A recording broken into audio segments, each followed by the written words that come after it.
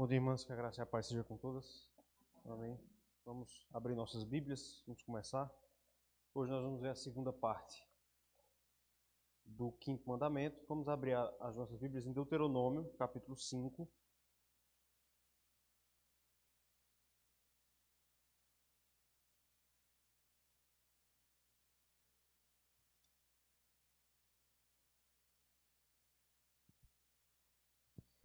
Versículo 16. Deuteronômio, capítulo 5. Nós vamos ler o versículo 16. Semana passada lemos o quinto mandamento em Êxodo, agora vamos lê-lo em Deuteronômio. Deuteronômio, capítulo 5, apenas o versículo de número 16.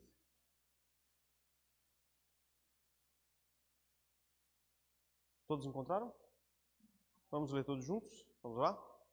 Honra a teu pai e a tua mãe, como o Senhor teu Deus te ordenou, para que se prolonguem os teus dias e para que te vá bem na terra que o Senhor teu Deus te dá. Amém. Que o Senhor possa aplicar sua palavra ao nosso coração. Vamos fazer uma oração. Vou convidar a Simone para fazer uma oração de intercessão pela lição dessa manhã.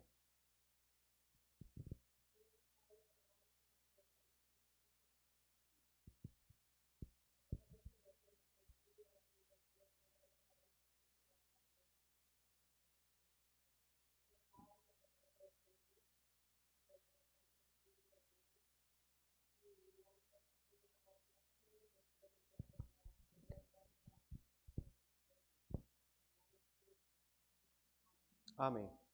Na semana passada nós começamos a olhar aí, então para o quinto mandamento, né? Estamos avançando, estamos progredindo na nossa análise aí devocional e expositiva dos 10 mandamentos e já estamos, né, na metade da lei, na metade dos mandamentos, no quinto mandamento, que é esse que nós acabamos de ler. Honra teu pai e tua mãe. E semana passada nós falamos sobre o aspecto mais básico, né, do quinto mandamento, que é aquele que nós lemos de maneira expressa. O dever que os filhos têm, e que também, de maneira um pouco mais ampliada, os descendentes têm de honrarem, e obedecerem, serem gratos a tudo aquilo que os seus ascendentes lhe prestam. Então nós vimos isso semana passada, quem estava aqui deve lembrar. Os filhos, então, eles devem honrar seus pais. Nós vimos que Calvino, ele conceitua honra como, ou melhor, antes da gente passar para esse conceito, nós vimos que a palavra honra em hebraico ela significa uma coisa. Alguém lembra? Peso. Honra significa peso. A palavra kabod, né, que também significa glória. Também tem esse aspecto de glória no Antigo Testamento. Então essa honra, essa glória, a gente pode até dizer assim, essa veneração que os filhos devem a seus pais, deve se manifestar, e Calvino vai dizer de 3 formas: obediência, reverência e gratidão. São os 3 deveres anexos à honra. E nós aplicamos isso de maneira mais restrita, como eu falei, dos pais aos filhos. Nós vimos que esse é um dever da natureza. Ou seja, esse é um ponto muito importante. O dever de honra que os filhos devem aos pais, interessante falar disso hoje, né, que é dia dos pais. Mas o dever de honra que os filhos devem aos pais não se dá em razão de um mérito dos genitores, mas da natureza. Porque eles deram a vida, porque eles deram a natureza humana e a imagem de Deus a seus filhos. Inclusive, irmãs, essa semana teve uma conversa interessante lá no seminário, e acabou entrando nisso. A gente estava comentando lá, o professor de psicologia estava comentando algumas coisas sobre como realmente a gente começa a entender por que Deus exige que os filhos sejam gratos e honrem a seus pais, mesmo às vezes quando os pais não são pais perfeitos ou até quando são maus pais. E a razão para isso é que tudo que nós temos nós recebemos de nossos ascendentes. Veja, a gente consegue observar isso de maneira clara no nosso corpo. De onde é que vem o nosso corpo? Uma parte do nosso pai e a outra parte nossa mãe. Não é assim que o corpo humano ele é formado? O pai doa, né, seus espermatozoides, à mãe seu óvulo. Então, literalmente, o homem ele é uma junção de uma parte do corpo do seu pai e da sua mãe. E é assim com a alma também, irmãos. Pode parecer um pouco polêmico aqui, ou até um pouco estranho para a nossa mentalidade ouvir isso, mas a nossa alma ela é doada pelo nosso pai e pela nossa mãe. Existe uma discussão na teologia acerca de como as almas são criadas, tá certo? E existe uma corrente teológica que vai dizer que quando Deus criou o mundo, ele criou todas as almas que vivem com Deus lá, tá certo? Inclusive, vai ser usado lá aquele texto de Eclesiastes que quando o homem morre, o espírito volta para Deus que o deu. Esse é até um texto que é usado. Então, há quem vá dizer que Deus, quando criou o mundo, criou todas as almas, essas almas estão com Deus, e quando um corpo é formado, Deus pega uma alma dessa e injeta no corpo. Existe essa posição. Alguém consegue ver por que essa posição é problemática? Entenderam a descrição que eu fiz aqui? Deus criou todas as almas no primeiro dia, e à medida em que os corpos vão sendo formados, né, pela fecundação, Deus injeta essas almas já criadas no corpo. Essa é uma posição problemática. Alguém consegue imaginar por quê?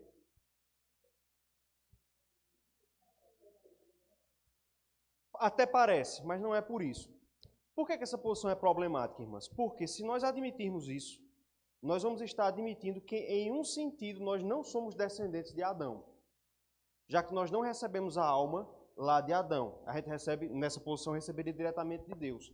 Por isso, essa é uma posição problemática. A posição mais aceita no meio reformado é a de que a formação da alma ela se dá da mesma forma como se dá a formação do corpo. A formação do corpo se dá por uma doação de pai e mãe. E a formação da alma, da mesma forma. Quando eles fecundam, quando o óvulo é fecundado, não apenas o pai e a mãe doam uma parte de seu corpo, mas eles doam uma parte da sua alma.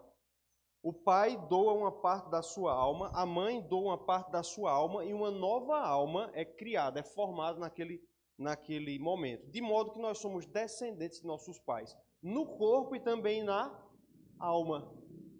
Por isso é que nós herdamos o pecado na alma e não apenas no corpo. Se nós herdássemos almas que foram criadas por Deus no primeiro dia, nós herdaríamos almas sem pecado. Nós herdamos pecado na alma, no espírito, porque nós recebemos nossa alma e nosso espírito da descendência de Adão, de cada pai e de cada mãe. Entenderam aqui? Então veja como você começa a entender por que Deus adicionou esse mandamento na lei. Porque nós somos nossos pais. Nós somos formados do corpo deles e da alma deles. Por isso, o dever de honra ele é procedente da natureza, tá certo? E não necessariamente do mérito do pai e da mãe. Então foi isso que nós vimos semana passada. E hoje nós vamos então continuar na nossa análise do quinto mandamento, mas saindo um pouco dessa questão da geração, tá certo? Então hoje nós vamos entrar em 3 partes aí. Conceito de autoridade na Escritura. O que nós vamos ver hoje, irmãs, não é nada desconhecido de vocês, tá certo? Tudo isso é conhecido, nós vamos só organizar de alguma maneira e encaixar no quinto mandamento. Talvez até nem precisamos do tempo inteiro. Mas nós vamos ver o conceito de autoridade. Nós vamos ver que o quinto mandamento fala não apenas sobre o relacionamento dos filhos com seus pais, mas do nosso relacionamento com as autoridades no mundo, com as autoridades humanas, tá certo? Então nós vamos ver o conceito de autoridade. Em segundo lugar, as relações que são atingidas pelo quinto mandamento. Por último, de maneira bem breve, nós vamos ver lá no Catecismo Maior os deveres e os pecados relacionados àquilo que nós vamos ver hoje, tá certo? Então, por favor, quem recebeu o texto, se você puder já ir localizando, para a gente ganhar um pouco de tempo, principalmente agora no começo, que a gente vai ler vários textos, tá certo? Então nós vamos começar falando sobre a autoridade. Alguns comentaristas, irmãs, chamam a nossa atenção para o fato de que as palavras pai e mãe, elas muitas vezes são estendidas a relações que não são de carne. Então, muitas vezes na Escritura nós vamos encontrar não apenas homens se chamando de pai de alguém sem ser o pai biológico, como também muitas vezes jovens, pessoas que se colocam em posição inferior, como a gente vai ver no Catecismo Maior, chamando a outra pessoa de pai, mesmo que não seja seu pai biológico, tá certo? Então nós vamos ver que esse conceito de pai e mãe na Escritura, ele atinge não apenas os genitores, aqueles que geram, mas outras relações. E aqui nós temos vários textos. Eu entreguei para vocês só o do Novo Testamento, para a gente selecionar um pouco. Então, por favor, quem abriu esses textos, ou quem recebeu esses textos aí, abra, por favor, 1 Coríntios 4, 15 e 17, 1 Timóteo 1, 2, 1 Timóteo 5, 1, Tito 1, 4, Filemão 10, Mateus 12, 50 e 3 João 4. São os textos do Novo Testamento. 1 Coríntios 4, versos 15 e 17. Quem achou pode ler. Aliás, a pessoa que recebeu esse texto lê.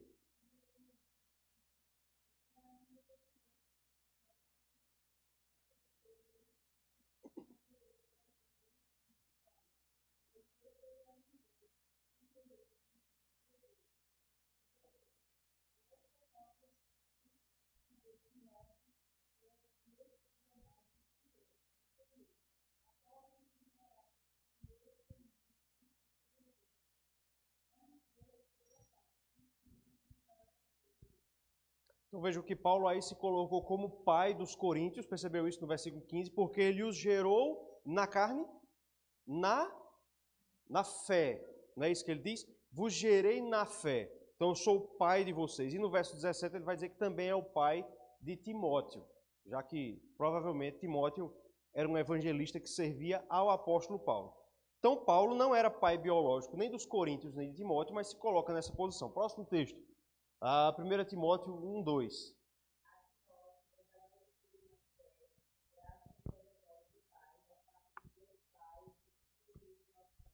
Como é que Paulo chama Timóteo? Verdadeiro filho na fé. Ele é o pai de Timóteo na fé. 1 Timóteo 5, 1.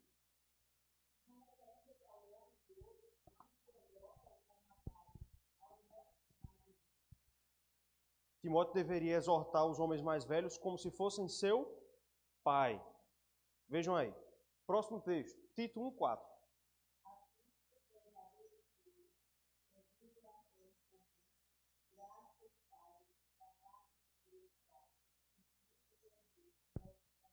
Assim como Timóteo, Tito era o que de Paulo? Filho na fé, verdadeiro filho. Próximo, Filemão 10. Filemão só tem um capítulo, né? Então, versículo 10.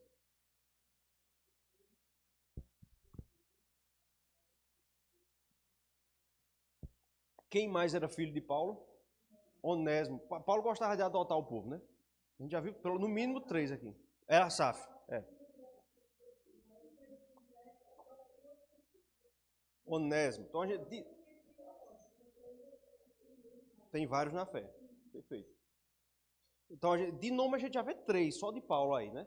Próximo, Mateus 12, 50. Esse texto é interessante.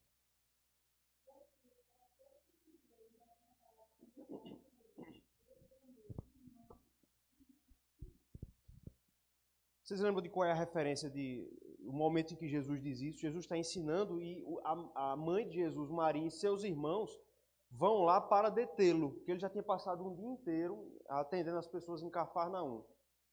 Eles chegam lá na casa onde Jesus está e aí alguém diz a Cristo, né? Tua mãe e teus irmãos estão aí. Aí Jesus aproveita a ocasião e diz o quê?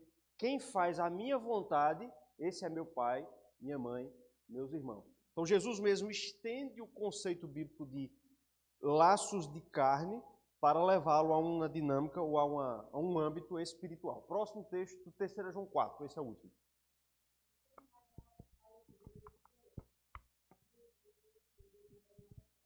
Então, o apóstolo João também, ele se refere às igrejas ali da Ásia Menor, como aos membros como sendo seus filhos. Não tenho alegria maior do que esta, de que ver que meus filhos andam na verdade. Então vejam, irmãs, como a Bíblia estende esse conceito de paternidade e maternidade a relações que não são, né, relações necessárias de carne, tá certo?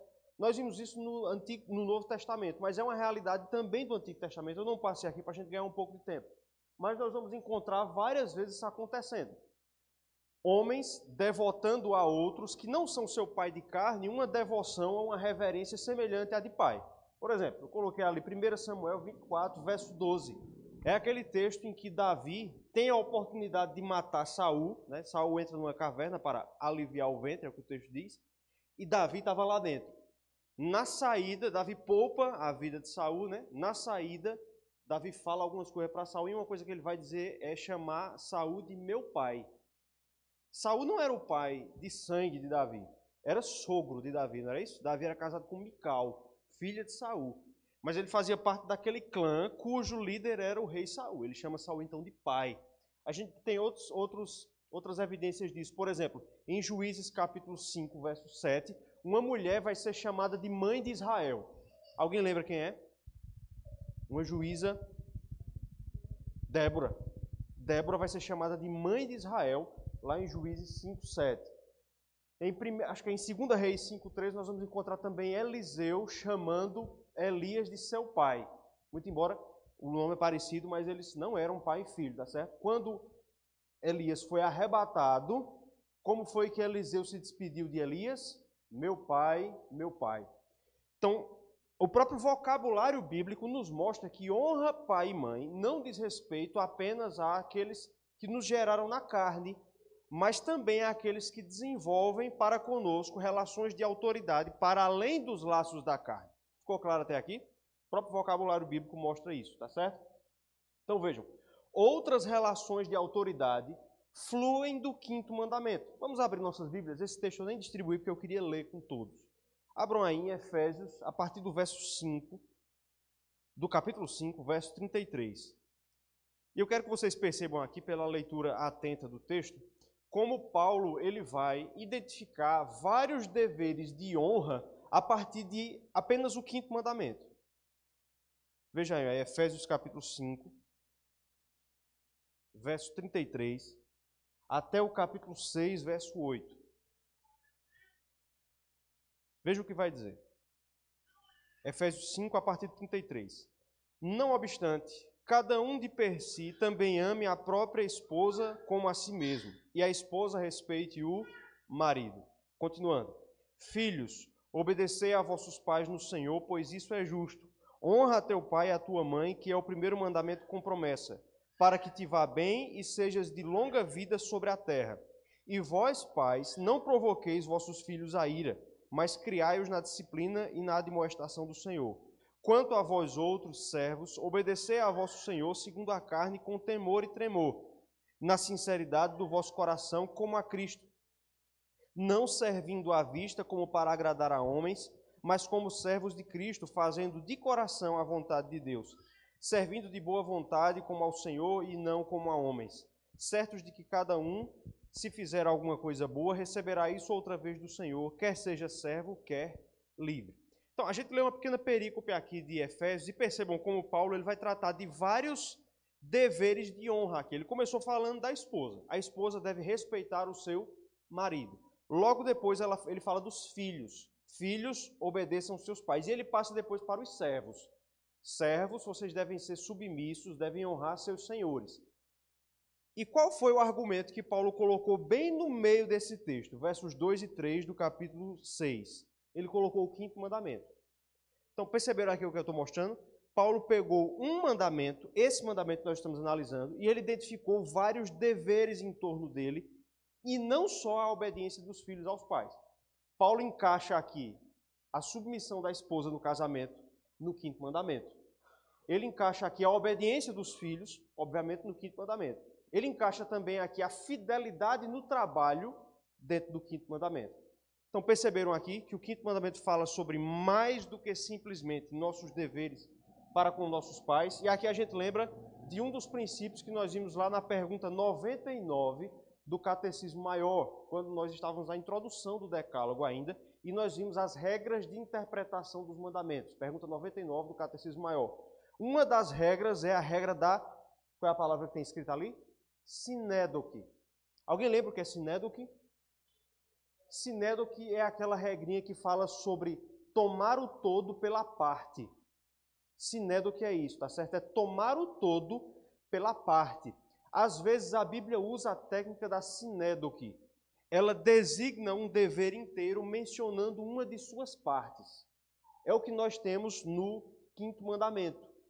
Deus ensina no quinto mandamento, irmãs, o dever de nós respeitarmos todas as autoridades, o todo. Mas ele faz isso designando uma parte, o pai e a mãe. Por que ele faz isso? Porque qual é a autoridade primeira que nós conhecemos na vida? O pai e a mãe, via de regra, né? Pai e mãe. E todas as outras autoridades decorrem da autoridade paternal e maternal. Veja, por exemplo, a autoridade da diretora da escola, da professora, ela decorre da autoridade paterna e materna. Porque se a escola estiver fazendo uma coisa que você não concorda, o que é que você faz? Você tira. E a escola pode lhe impedir? Ainda não, né? Ainda não. Mas, em tese, todas as autoridades decorrem da autoridade paternal e maternal. Então, o quinto mandamento ele é um exemplo de sinédoque. É o todo designado pela parte. Pai e mãe é mais do que simplesmente somente aqueles que nos geraram. Então, a regra que eu mencionei é a sexta regra. Vou até reler aqui. Quais são as regras de interpretação dos mandamentos? Aí o catecismo responde. Sexto, que sob um pecado ou dever, todos os da mesma classe são proibidos ou mandados, juntamente com todas as coisas, meios, ocasiões e aparências deles e provocações a eles. Então, quando a Bíblia ordena um certo dever, todos aqueles que são da mesma classe também são são ordenados. Então, por exemplo, no sexto mandamento, que é o próximo mandamento, nós vamos encontrar assim: não matarás. Então, significa dizer que você pode espancar alguém? Porque não matarás. Opa, se eu deixar com um pouco de vida... Não, porque um mesmo dever, proibições da mesma classe também são proibidos. Matar, agredir, espancar, vilipendiar, tudo isso está dentro do conceito da hermenêutica do sexto mandamento. A mesma coisa acontece, então, aqui, tá bom? Então, com isso, irmãs, nós percebemos que o quinto mandamento, ele fala não só sobre a obediência dos pais aos filhos, mas sobre o conceito de autoridade.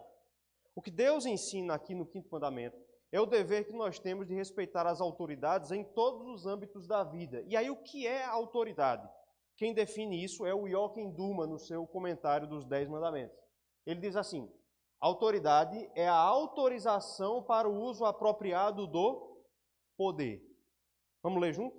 Autoridade é o quê? Autorização para o uso apropriado do poder.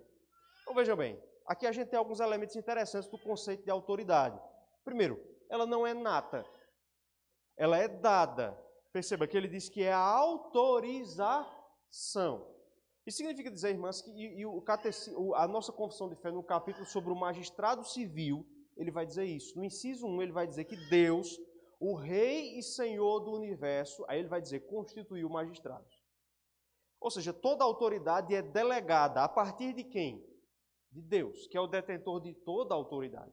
A autoridade paterna e materna, ela é nata no sentido de que ela vem da natureza, mas ela não é digamos assim, algo que decorre pura e simplesmente do pai e da mãe, mas é uma comissão dada por Deus. Assim acontece com as demais autoridades. Então, ela é uma autorização para o uso apropriado, ou seja, a autoridade na Bíblia nunca é autoridade ilimitada. A autoridade não pode fazer tudo o que quiser. Ela deve fazer uso apropriado. Tá certo? Por isso que quando você se torna membro da igreja, você respondeu a pergunta assim: você promete aceitar o governo presbiteriano e obedecer os oficiais da igreja em qualquer situação? Não, até o momento em que eles se achem fiéis à Escritura. Porque o conceito de autoridade é a autorização para o uso apropriado do poder, da ordem, para dar ordem aos outros, para determinar o comportamento dos outros, tá certo? Então, o quinto mandamento fala sobre a autoridade, que é isso, a autorização para o uso apropriado do poder. Quem vai comentar isso é João Calvino. Veja o que ele diz. Ainda nesse primeiro tópico sobre a autoridade. O fim desse preceito, ele está falando do quinto mandamento, é o seguinte: se está no coração do Senhor Deus a conservação de sua disposição, convém serem invioláveis para nós os graus de eminência por ele ordenados. A suma, ou seja, o resumo, será, portanto, que ergamos nossos olhos àqueles que o Senhor pôs à nossa frente, seguindo-os com honra, obediência e gratidão. Donde se conclui o interdito de que não retiremos a dignidade deles, seja por injúria, por contumácia ou por ingratidão. Então, o que Calvino ensina aqui, irmãs, é que o quinto mandamento, ele é um reflexo do desejo que Deus tem de governar plenamente as nossas vidas. Deus quer que nós façamos a sua vontade em todas as coisas. No entanto, ele não faz isso diretamente.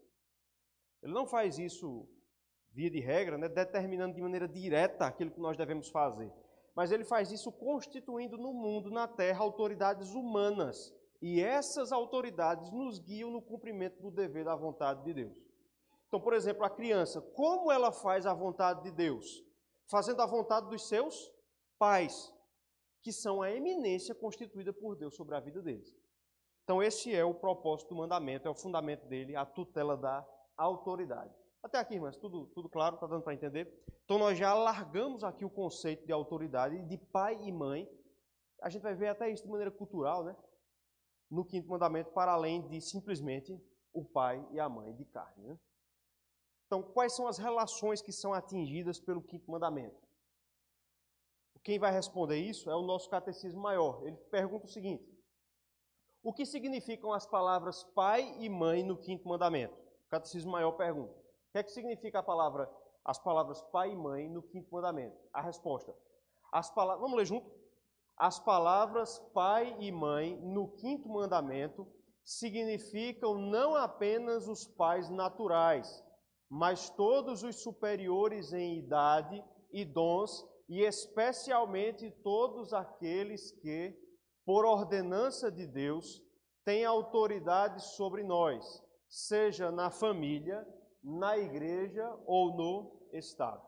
Então a resposta é bem clara, né? Isso aqui é a pergunta 124 do nosso Catecismo Maior. Então, pai e mãe não significa só aqueles que nos geraram na carne e na alma, mas também os superiores em idade. Veja uma coisa interessante aqui. O Catecismo vai dizer que aqueles que são superiores a nós em idade, é claro, irmãs, que aqui não é, eu sou um ano mais velho do que você, eu sou seu pai. Mas é que de muito mais idade, né? Que tem idade para ser o seu pai. Eles são para nós como que pais. E veja que isso é uma coisa que a nossa cultura, ela absorve. Veja, nós que somos jovens aqui. Quando a gente encontra uma pessoa mais velha na rua, como é que geralmente ela nos chama? Vai pedir um favor? Meu filho. A gente é que não chama de pai, não é comum. Mas os próprios idosos, né, as pessoas mais velhas, elas, até pela nossa cultura absorver isso, né, elas chamam os mais jovens de meu filho. Meu filho. E o Catecismo Maior vai compreender isso a partir da ética bíblica. As pessoas mais velhas, ou que também são superiores a nós em dons, em capacidades naturais, são de alguma maneira nossos pais, nossas mães. Sim.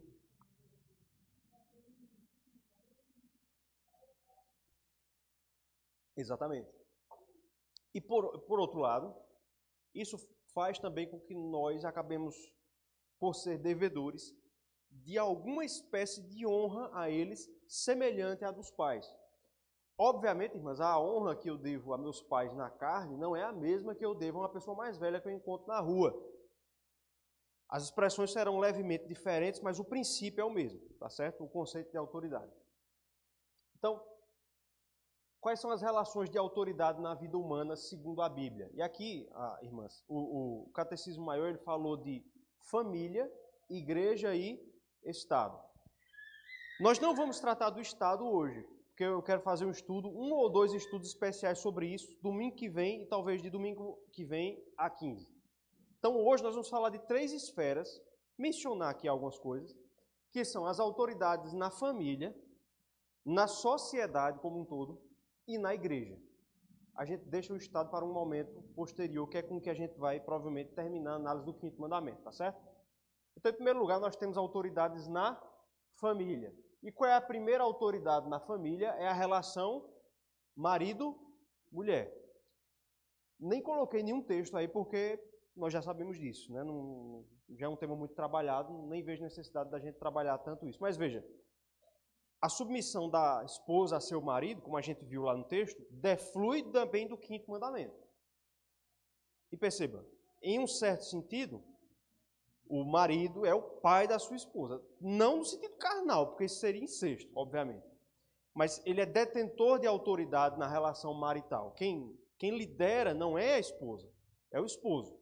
Por isso que Paulo, ele vai dizer lá em 1 Coríntios que, assim como Deus é o cabeça de Cristo, e Cristo o cabeça da igreja, quem é o cabeça do lar?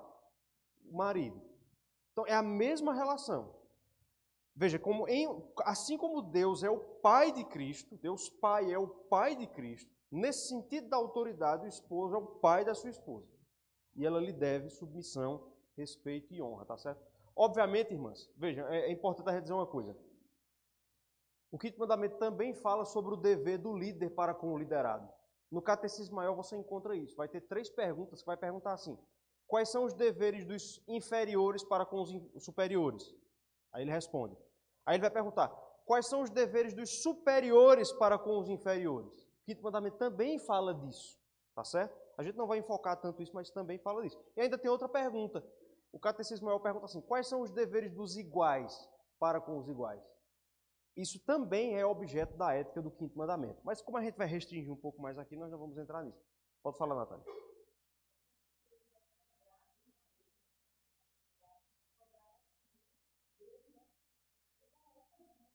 Isso. Perfeito. Perfeito. A gente vê um exemplo disso, uma amostra disso lá no Éden, né? Deus praticamente não trata com Eva, né? toda a prestação de contas é feita pelo representante pactual, né? Que é Adão. Muito embora, quem foi a primeira a pecar? Eva. A cair, Eva. Mas a prestação de contas é feita pelo aquele que é o cabeça, né? Então, sim.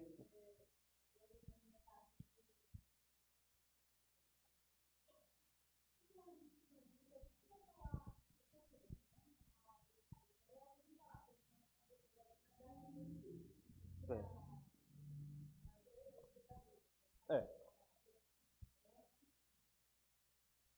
Então, em primeiro lugar, marido e mulher. Segundo, nós temos uma outra relação de autoridade na família que a gente já viu, que é o quê? Pais e filhos. Já tratamos semana passada, não é isso?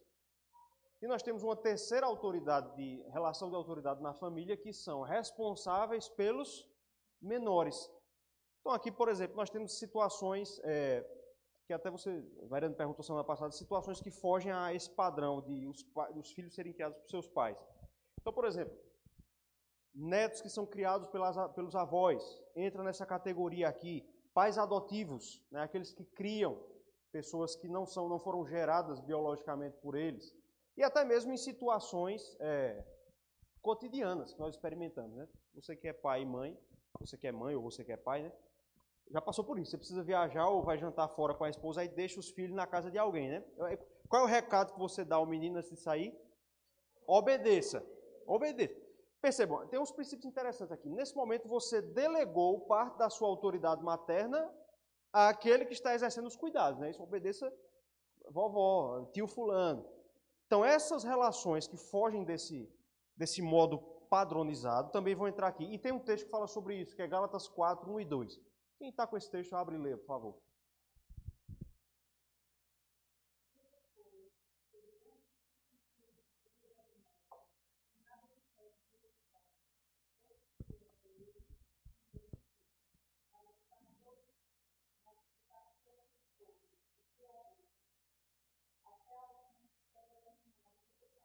Então, Paulo fala aí de crianças, que é o que aconteceu na sociedade aristocrática da cultura greco-romana, né? Que eram entregues a tutores e curadores, né? A palavra ali é paidagogos, né, no grego, de onde vem a nossa palavra pedagogo, pedagogia, né? Então eles estão sujeitos a essas pessoas até o tempo predeterminado por aquele que é detentor originário da autoridade, pelo pai. Então os pais faziam isso. Você vai estudar lá com o mestre fulano de tal até você completar tal idade. E nesse período, essas crianças estavam moralmente sujeitas àqueles que estavam cuidando delas. Então a gente coloca todas essas situações. Crianças em orfanato. Quem é o pai a quem essa pessoa deve honra? Aos cuidadores que ali estão, né? Crianças que estão em abrigos, enfim, a gente conhece essa realidade. Então, na família, nós temos esses âmbitos de autoridade. Marido e mulher, pais e filhos, responsáveis pelos seus menores. Na família é muito claro, que a gente já conhece. Nós temos também na sociedade. Então, nós vamos ver que há relações de autoridade a serem respeitadas na sociedade de uma maneira mais geral. Em primeiro lugar, patrões e empregados. É uma relação clara que a Escritura coloca. Quem está com esse texto aí? Efésios 6, de 1 a 3, depois de 5 a 8.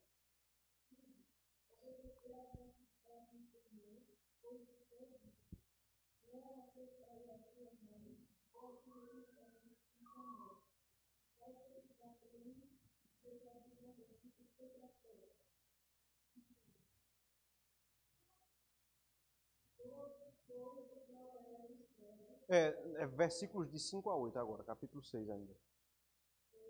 Isso.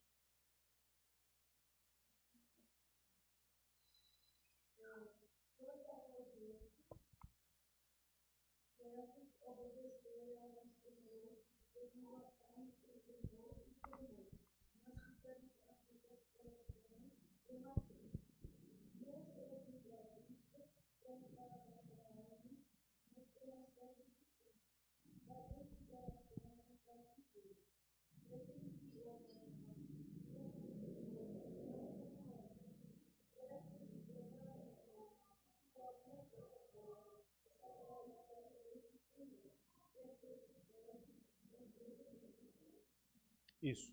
Então, os servos, eles devem fazer a vontade do seu Senhor, né? Paulo vai falar sobre isso em Colossenses também, não apenas à vista deles, mas também quando ausentes. Então esse é um âmbito do nosso dever de honra na terra. Sobre esse ponto aqui, irmãos, é preciso considerar o seguinte: nos tempos bíblicos, essa relação senhor-servo era muito mais estanque, ela era muito mais rígida. Em geral, Paulo está falando para escravos aqui, tá certo? Hoje, a nossa relação trabalhador-patrão, né? Patrão-empregado, ela é de natureza contratual. Então a gente precisa considerar que essa submissão aqui, ela se dá nos limites do contrato. Você assina lá um contrato de trabalho onde você vai trabalhar. Essa submissão é nos limites do contrato de trabalho. E alguém pode dizer assim, não, então o crente ele não pode pedir demissão. Não, ele pode. Ele rompe o contrato quando ele faz isso. Mas nos limites do contrato, daquilo que ele acertou com o patrão, ele deve obedecer ali às ordens daquele que é o dono do empreendimento onde ele está trabalhando, tá certo? Só esse ponto aí. Uma outra relação, irmãs, na sociedade que vai acabar sendo regulada pelo quinto mandamento eu achei isso bem interessante, são os contratos. Eu quero explicar isso de maneira um pouco melhor. Mas antes vamos ler o texto. Romanos 13:8. Quem está com esse texto, lê.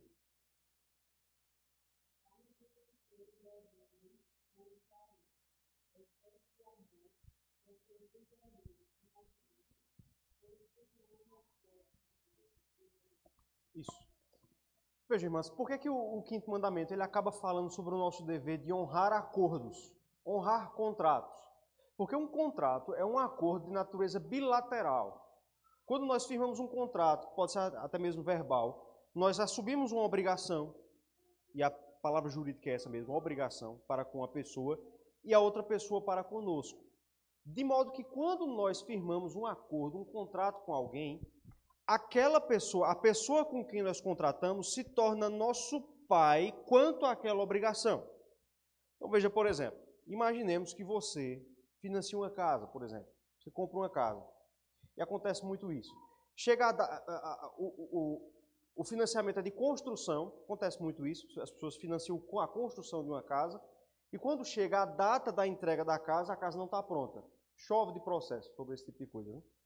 Quando chega a data da entrega da casa, a casa não está pronta. Perceba uma coisa, você, ao celebrar esse contrato, você firmou uma obrigação de natureza bilateral. As duas partes têm obrigações. Qual é a sua obrigação nesse contrato? Pagar. Qual é a obrigação da outra parte? Entregar a casa. O que eu quero que você perceba aqui é que num contrato as partes se tornam senhor uma da outra quanto à obrigação. Você se tornou senhor da outra parte quanto à obrigação dela de lhe entregar o bem financiado. A outra parte se tornou seu senhor quanto à sua obrigação de pagar. Por isso, o quinto mandamento acaba falando alguma coisa sobre a nossa obrigação de cumprirmos com as nossas obrigações contratadas.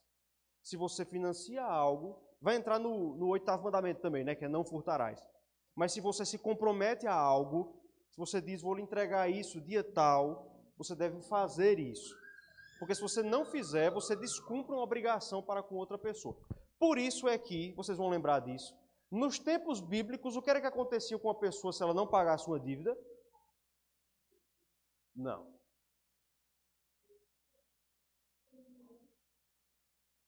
Alguém falou aí. Trabalhos forçados. De onde é que vinha esse princípio? Do fato de que, uma vez que você se obrigou comigo, eu sou seu senhor agora quanto a isso. Então, não vai me pagar, não vai trabalhar para mim, até pagar a dívida. Era assim que acontecia. E em tempos mais antigos, na nossa própria sociedade, se você fosse num restaurante e o cartão não passasse no final, e você não fosse muito conhecido do dono, o camarada ia pedir para você lavar uns pratinhos ali dentro. De onde vem esse princípio? Do princípio de que ao fazer um contrato com alguém, ao obrigar-se com alguém, você fez essa pessoa seu senhor, ela tem direito sobre você agora, até que você se desincumba da obrigação que você contratou. Ficou claro aqui? Então, o quinto mandamento, ele acaba tendo uma certa eficácia e algo a nos dizer sobre o dever de não devermos nada a ninguém. Não é isso que Paulo diz? A única coisa que eu devo dever aos outros é o amor, ser um eterno devedor do amor. Porque quando eu devo às outras pessoas e não cumpro com o pagamento dessas dívidas, eu estou desonrando aqueles que são senhores sobre mim, que se constituíram em senhores sobre mim. De uma certa maneira, é desonrar pai e mãe, tá certo? Então, trabalho, os contratos, outra coisa, os mestres que nós temos no mundo. eles devem também ser respeitados com base no quinto mandamento. Provérbios 3, versos 1 e 2. Alguém leia.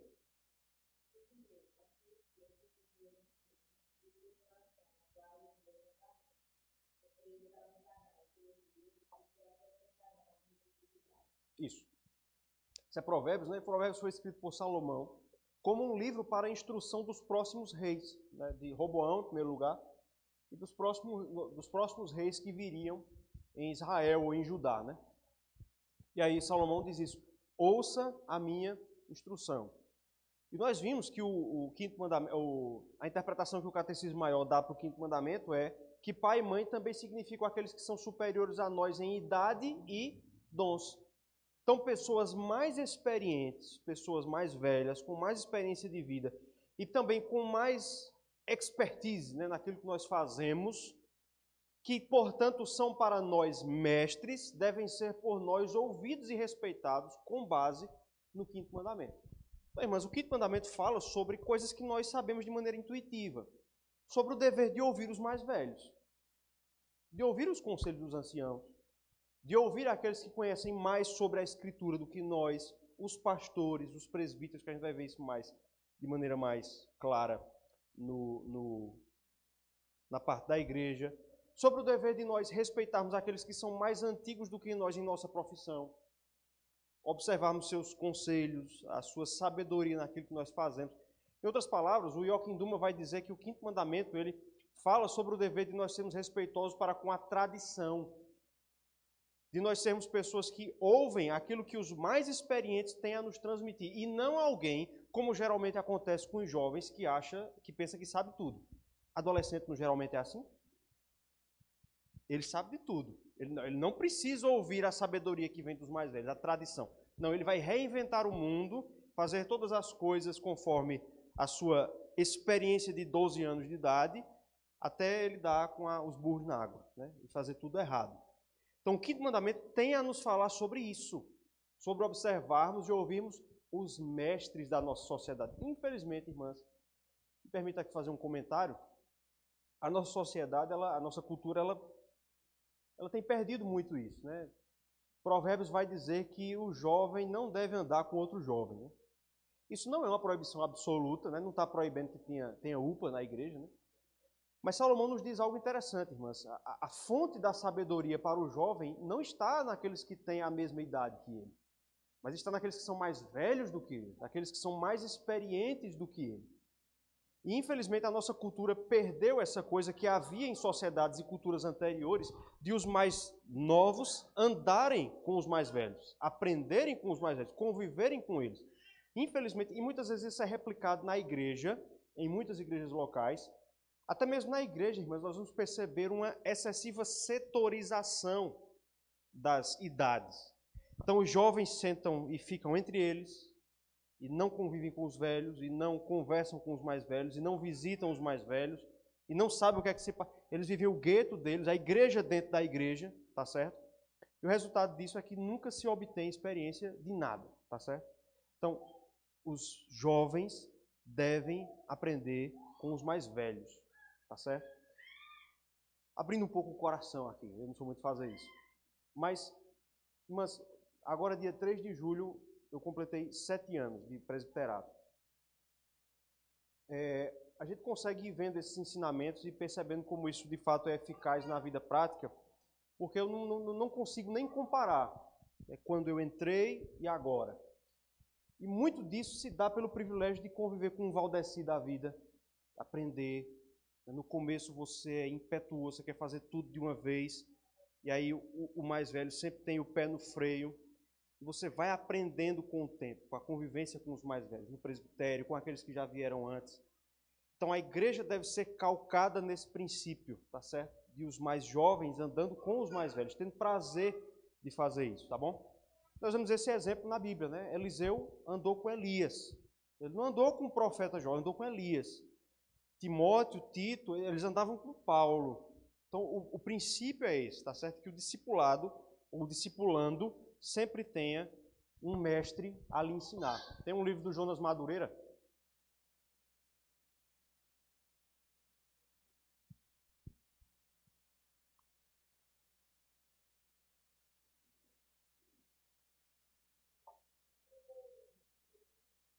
Tem um livro do Jonas Madureira, irmãs, já tá se recuperando, tá bom? Tem um livro do Jonas Madureira que se chama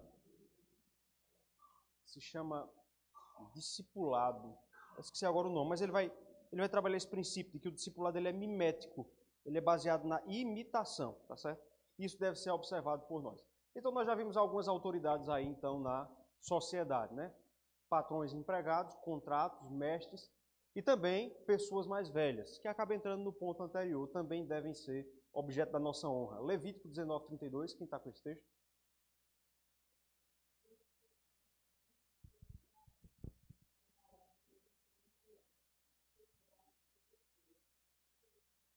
Então, diante das cãs, nós vimos o que é que significa semana passada, né?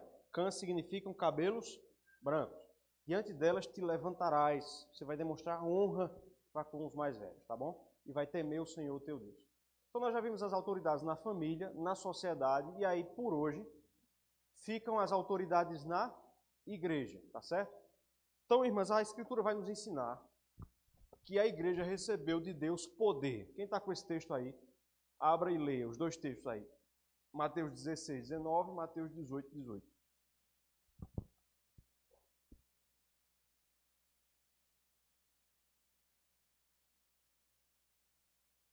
Mateus 16:19, Mateus 18:18.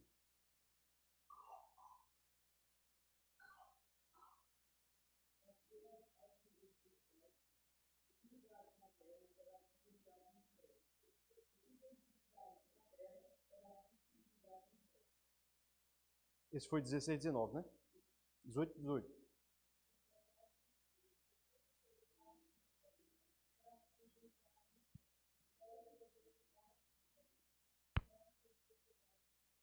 Então veja, a igreja recebeu poder, recebeu chaves, né? Isso é uma figura de linguagem aí que remete ao Antigo Testamento. Havia um homem que tinha as chaves do templo mesmo no Antigo Testamento, né? Lá em Isaías há uma referência a isso. A igreja recebe então chaves para abrir e fechar. A confissão de fé vai dizer que é a igreja quem perdoa pecados, né? Retém pecados, abre e fecha as portas do reino dos céus. Então a igreja recebeu o poder e esse poder ele é exercido por homens. É isso que o Novo Testamento vai ensinar. Próximos textos, né? Então, homens administram o poder com autoridade. Dois textos, Atos 15:6 e Atos 20, versos 17 e 28.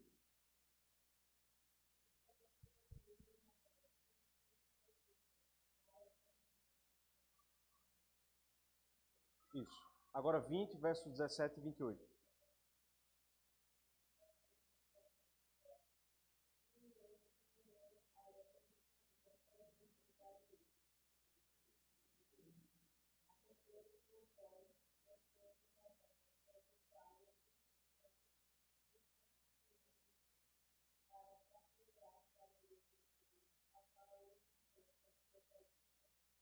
Então aqui nós temos algumas informações interessantes, mas vamos comentar rapidinho aqui.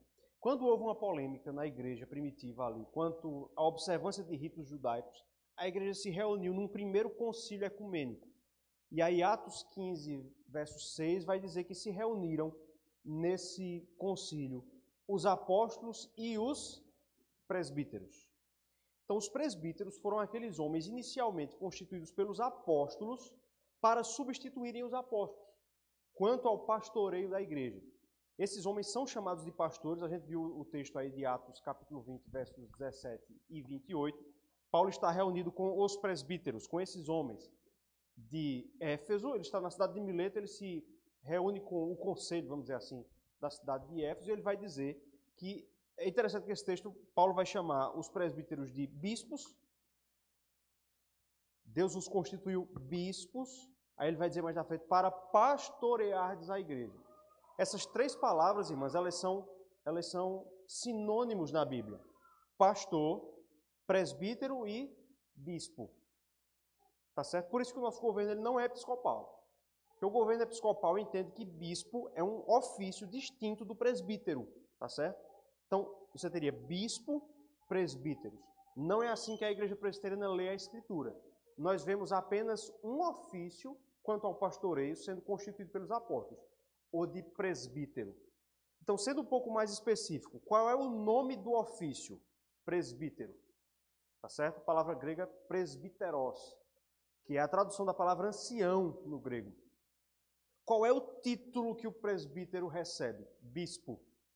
Bispo é o título, tá certo? Episcopos no grego, supervisor, superintendente. E qual é a atividade do bispo e do presbítero? Pastorear. Entenderam? Então, qual é o nome do ofício? Presbítero. Qual é o nome do título? E é o da função? Pastor.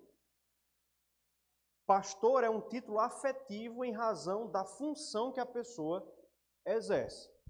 Por isso que, inclusive, alguém sabe como é o nome da ordenação do padre na Igreja Católica? Ordenação presbiteral. O padre é o presbítero na Igreja Católica. Primeiro ele é ordenado diácono, por causa do entendimento hierárquico do sacramento da ordem. Então, tem a ordenação diaconal, tá certo? Todo padre tem que ter sido diácono lá, o que não acontece aqui. Mas depois ele é ordenado presbítero, ordenação presbiteral. Então, presbítero é o ofício, bispo, o título, pastor, a função que é exercida por esses homens. Por essa razão, irmãos, eu acho interessante destacar uma coisa aqui. Você nunca vai encontrar no Novo Testamento os escritores bíblicos referindo-se ao falarem com a igreja, falando sobre um pastor. Você não vai encontrar a expressão o pastor da igreja na Bíblia. Ela é uma expressão nossa, fruto do costume, da cultura. Mas a Bíblia sempre vai se referir ao pastorado da igreja em títulos plurais. Vossos mestres, vossos guias. Se alguém almeja o episcopado, ele vai dizer o presbítero.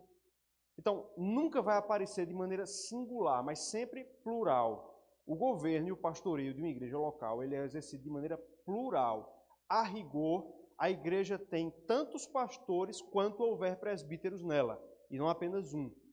A igreja tem tantos presbíteros quantos pastores houver nela. A rigor é assim, tá bom? Então, esses homens, receberam dos próprios apóstolos o exercício dessas chaves, do poder dessas chaves. E por isso eles tomam decisões na igreja. É claro que eu estou puxando a sardinha aqui para o governo presbiteriano, né?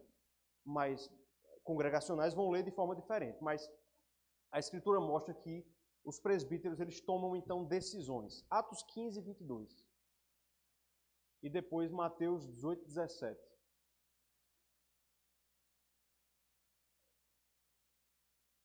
Atos 15, 22.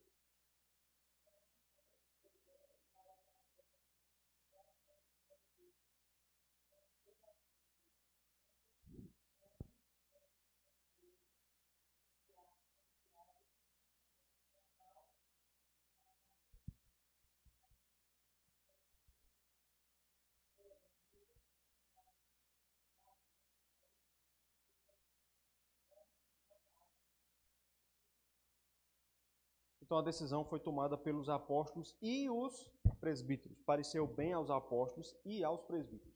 Mateus 18, 17. Alguém pegou esse texto?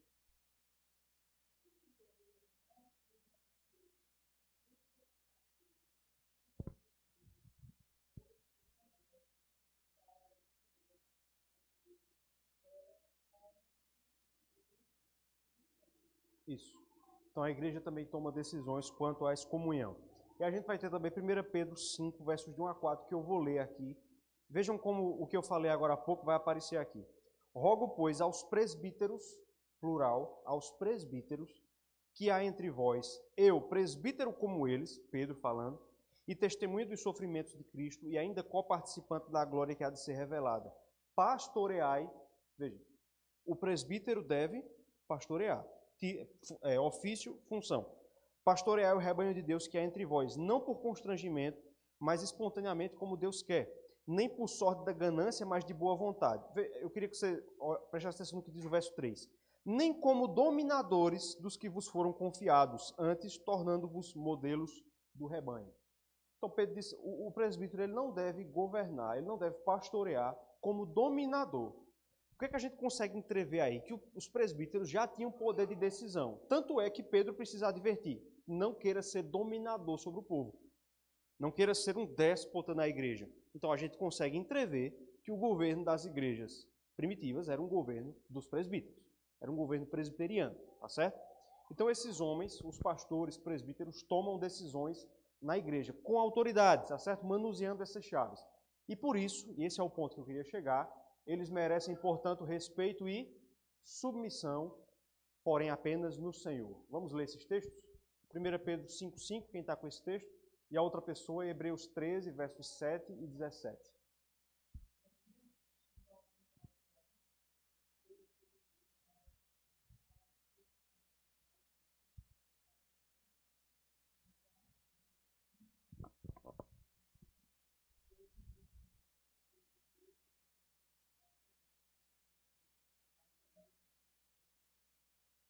Isso.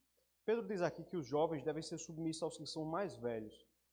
Mas perceba que esse versículo vem logo depois de Pedro falar sobre os presbíteros. Há muitos comentaristas que acreditam que aqui Pedro está falando sobre o dever dos membros da igreja, os mais jovens, já que presbítero significa ancião. Então essa é a razão pela qual ele chama os membros da igreja de jovens. Eles devem ser submissos aos que são mais velhos, aos anciãos, aos presbíteros, tá certo? Então a igreja então deve ser submissa aos seus presbíteros. E isso também vai aparecer em Hebreus capítulo 13. Quem está com esse texto, lê.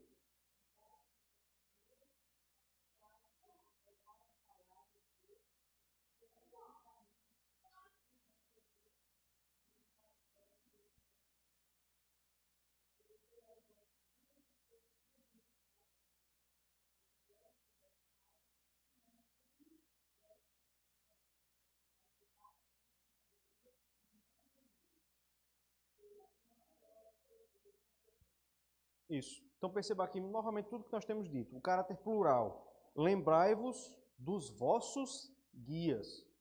A igreja não tinha um guia, tinha guias, seus pastores, seus presbíteros, obviamente. E no verso 17, o autor aos Hebreus vai dizer que nós devemos obedecer aos guias, ser submissos a eles, e aí ele vai dizer que isso resulta em uma facilitação do ministério presbiteral e em bem para a própria igreja. Para que eles façam isso, para que eles pastoreiem, que é a sua função, com alegria e não gemendo. Tá certo? Porque isto não aproveita a vós outros. Então, o autor aos Hebreus aqui, irmãs, nos dá uma lição muito interessante sobre como as coisas devem funcionar na igreja. Nós devemos ser submissos aos líderes, porque se isso não acontecer, eles podem até fazer a sua obrigação, mas não será muito agradável. Eles farão isso gemendo. E isso resultará em perda para a própria igreja. Porque por não fazerem isso com alegria, mas gemendo, eles não vão conseguir dar tudo aquilo que podem dar em termos de pastoreio, governo, ensino, etc. Então os textos são muito claros. Qual é o âmbito do quinto mandamento na igreja? O dever de submissão, obediência e respeito para com os líderes. Então essa é a maneira como nós cumprimos o quinto mandamento na igreja. Tá certo, irmãos? E aí nós caminhamos para o final agora. Aliás, o John Frame diz o seguinte: esse é o princípio básico de governo na Escritura. Ele rejeita tanto o igualitarismo quanto o autoritarismo. Não considera a autoridade como degradante, como afirmam algumas feministas. Então, para a Bíblia, a autoridade não é uma coisa degradante, mas como uma bênção. Não afirma que todos são iguais em dons ou status. Todavia, também não permite que a autoridade se torne opressiva. Então, perceba como o padrão bíblico, mostrado no quinto mandamento, explicita que os homens não são todos iguais. Deus colocou pessoas em posição de autoridade em diferentes aspectos da vida, mas a Bíblia também adota mecanismos para evitar o autoritarismo. Então, em casa, na sociedade, na escola, no trabalho e na igreja, essa honra é apenas no Senhor, tem limites, tá certo? E aí nós chegamos agora à parte final, que são os deveres e pecados, vai ser muito rápido aqui. Eu gostaria até de que nós lêssemos juntos. Como é que nós cumprimos o quinto mandamento nessas relações? O Catecismo Maior vai nos ajudar. Então vamos ler a pergunta. Qual é a honra, vamos lá? Qual é a honra que os inferiores devem aos superiores? Qual é a resposta? A honra que os inferiores devem aos superiores é toda a devida reverência sincera, em palavras e em procedimento, a oração e ações de graças por eles, a imitação de suas virtudes e graças, a pronta obediência aos seus mandamentos e conselhos legítimos, a devida submissão às suas correções, a fidelidade, a defesa, a manutenção de suas pessoas e autoridade, conforme os seus diversos graus e a natureza de suas posições, suportando as suas fraquezas e encobrindo-as com amor, para que sejam uma honra para eles e para o seu governo. Isso. Então, pergunta 127 do Catecismo Maior. Nós já vimos fazer essas coisas, certo? É o dever de honra. Então, ele coloca algumas coisas interessantes aqui, como, por exemplo, suportar as fraquezas. Líderes, obviamente, são pessoas falhas. Uma das obrigações que nós temos no quinto mandamento é suportar com paciência os defeitos de nossos pais, né, daqueles que exercem autoridade sobre nós. E aí, qual é a próxima pergunta? Vamos ler? Quais são os pecados dos inferiores contra os superiores? Como é que nós pecamos? Desobedecendo o quinto mandamento. Os pecados dos inferiores contra seus superiores são toda a negligência dos deveres exigidos para com eles, a inveja, o desprezo e a rebelião contra a pessoa e a posição deles em seus conselhos, mandamentos e correções legítimos, a maldição, a zombaria e todo comportamento rebelde e escandaloso, que venha a ser uma vergonha e desonra para eles e para o seu governo. Então essa é a maneira, pergunta 128, a maneira como muitas vezes nós desobedecemos ao mandamento, tá certo? Então por aqui nós terminamos, irmãos, que nós possamos então, termina aqui, nós possamos então ser fiéis àquilo que o Senhor prescreve para as nossas vidas, tá bom? Obedecendo, sendo submissos àquilo que o Senhor coloca sobre nós. Ficou alguma dúvida? Alguém quer falar algo? Contribuir de alguma maneira? Não sendo esse o caso, semana que vem nos encontramos e vamos estudar o tema da relação com o magistrado civil, de acordo com o quinto mandamento. Deus abençoe. Até semana que vem.